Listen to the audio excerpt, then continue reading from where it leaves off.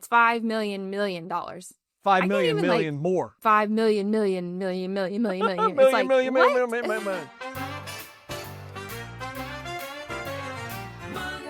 Money Tip Podcast.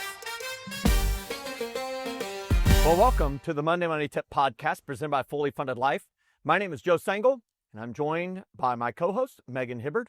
Are you fired up today? Fired up. Happy Monday, everybody. It's a great Monday, and I'm excited to put a couple of episodes in the hopper today. We're going to talk about, everybody hears that the federal government has debt, and everybody hears that we spend more than comes in. But the question that I don't think a lot of people can answer is, okay, if the government spends more than it collects in tax revenue, where does that money come from? How do they do that? And, what should we as individuals be asking about that? And how does that affect our personal finances?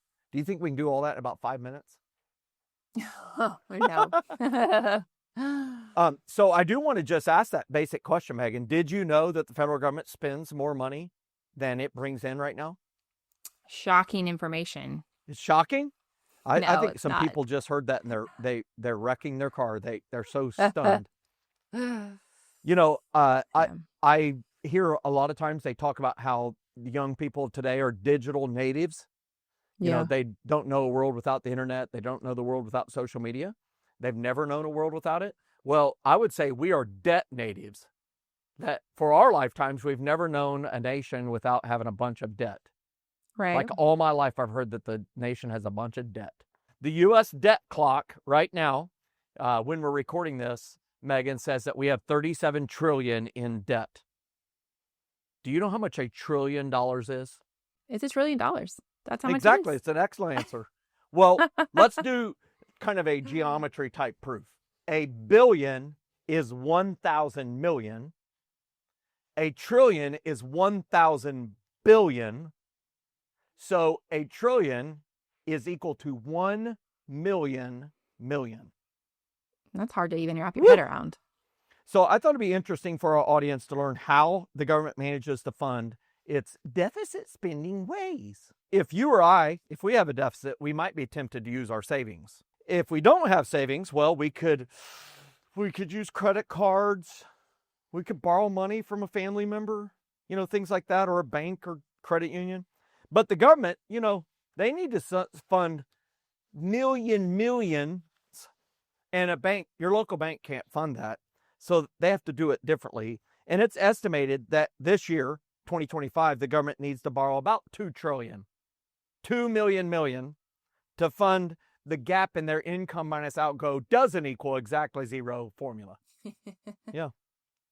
So, how do you get that math? Well, the income in tax revenue is going to be between 5.1 and 5.2 trillion, but we're going to spend like 7 trillion. Can we say yowzers? Yeah. So we're going to discuss, do you know whose job it is to borrow the money for the government so they can fund their operations? Yes. So the United States Treasury is their job, and they're given the authority to, and their borrowing capacity is authorized and managed by the United States Congress, which I guess is good. They have somebody managing something. And so the borrowing capacity is commonly referred to as the debt ceiling.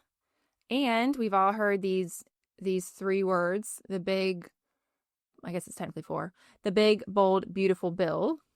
We've all heard that, right? And it increased the debt ceiling by an additional $5 trillion to $41.4 trillion. That's $5 million. $5 million more. 5 million. It's like, million. And some quick facts that we found. These stunned me, Megan. I wanted to share them with our podcast audience. Since 1960, Congress has acted 78 separate times to address the debt limit. So, I'm sure that always is increasing 65 years. They've done it 78 times. And 49 times of those 78 times was by Republican presidents, and half those times, 29 times, by Democratic presidents. And the United States Treasury, well, they have to hold approximately 300 different auctions a year, every year, to sell this debt, to raise the money to be able to fund the craziness of our federal government. Isn't that awesome? Hmm. So they do these T-bills weekly, and they do notes quarterly, and they do these bonds, which are 20 to 30-year bonds. A lot of us got those from grandma. Did you ever Yep. get bonds, like a 20-year or 30-year, like a $50 bond? Yeah. Did you ever get any of those? My daughter I got do. some. I remember that. And my wife had some. Those are auctioned quarterly. And, how does it work? How does the government actually get this money through these auctions? Well, they borrow it from institutions and individuals. They're large and small. And they have a promise to borrow the money and then repay it at a specific period of time with an agreed upon interest rate. And I found it very interesting, Megan, that the New York Federal Reserve, they are in charge of having a group of extremely large financial institutions, and they name them as primary dealers. That's the word, primary dealers. And we Yeah. got a link in the show notes of how you can see those primary dealers. You'll recognize some, JP Morgan. Mm-hmm. That's a primary dealer. And these primary dealers, Megan, are required to show up and bid on every auction. They have to That's show up at all wild. 300 auctions, and they have to bid, and they're required that if there's not enough other buyers to buy the debt the government wants, they have to pick up the slack and buy any remaining debt. They're required. And banks actually apply to be a part of this, and they want to be in this because the government has never defaulted ever on its debt. And so it's considered generally the safest investment any person could ever make. It is a gold Interesting. standard of bond investments. Hmm. So the question, Megan, is, could an auction put on by the Treasury ever fail? In other words, is there ever a scenario where they'd show up and say, we want $10 billion, and they don't get their $10 billion? I'm going to say no. That's a good answer. And that's a correct answer, because it's almost impossible, because those primary dealers are obligated to bid. They have to buy.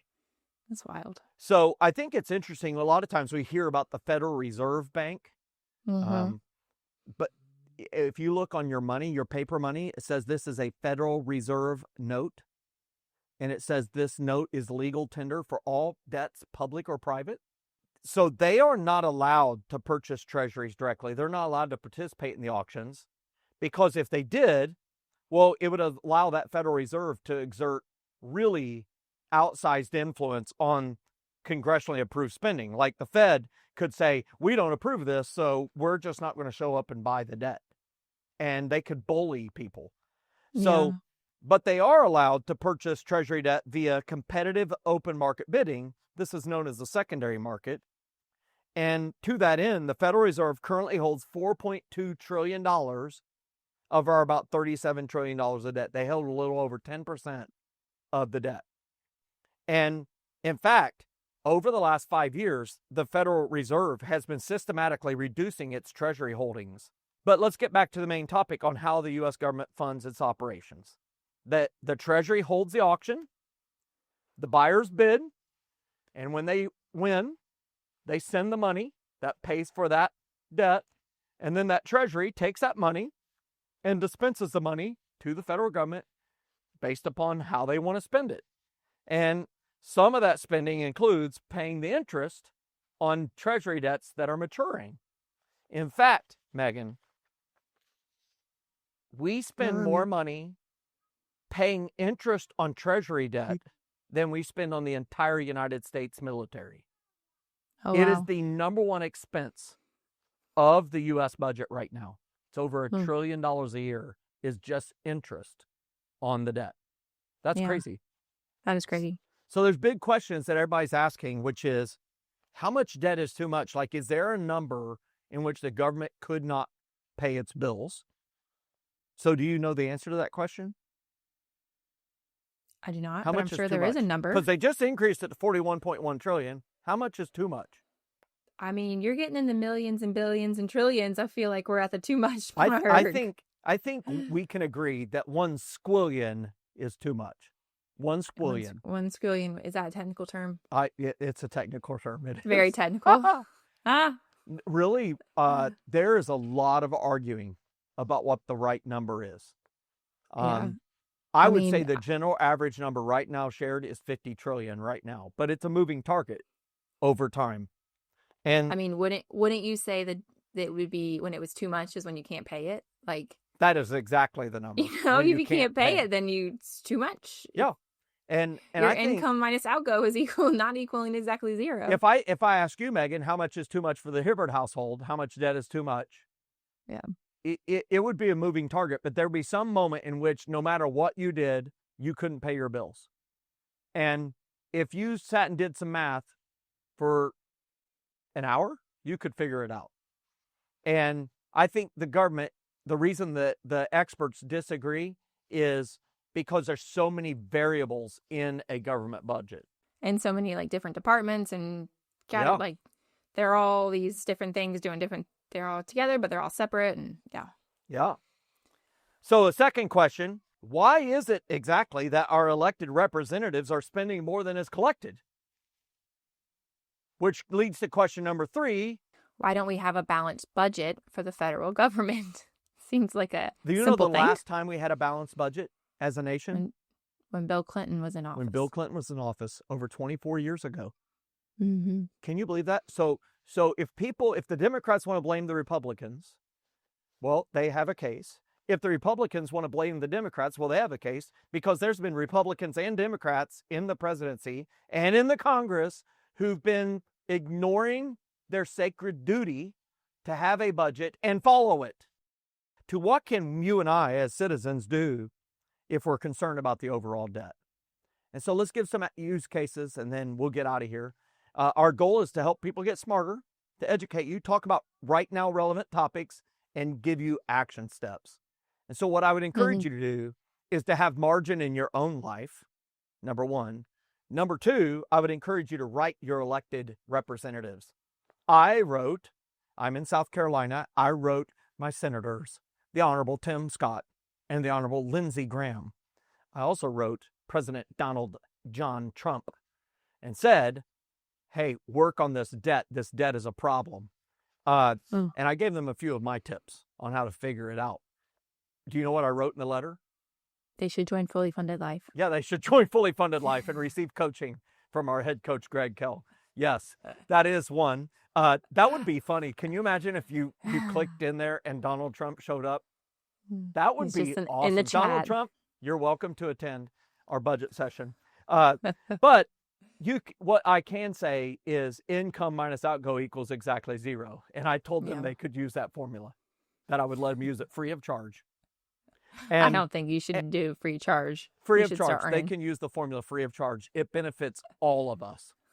And then I would also encourage you to make your voice be heard on a regular basis. That if you are living and operating by a budget, a balanced budget, you know the value of that.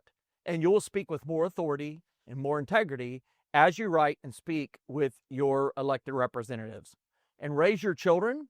Hey, speak to your coworkers about it. And as you do so, you can have influence over those in your life. And collectively, maybe, just maybe, will help change the direction of the nation and be able to have one day an announcement on this podcast that the United States has a balanced budget. Do you think that should be a special episode if that happens? That should definitely be a special episode. We'll get fired up. What's one thing that you learned today, everybody? Make sure that you leave comments there. And what would you do to recommend our government do to balance the budget? Keep the comments kind, but definitely comment. Thanks for joining us today, and we'll see you next Monday with another Monday Money Tip.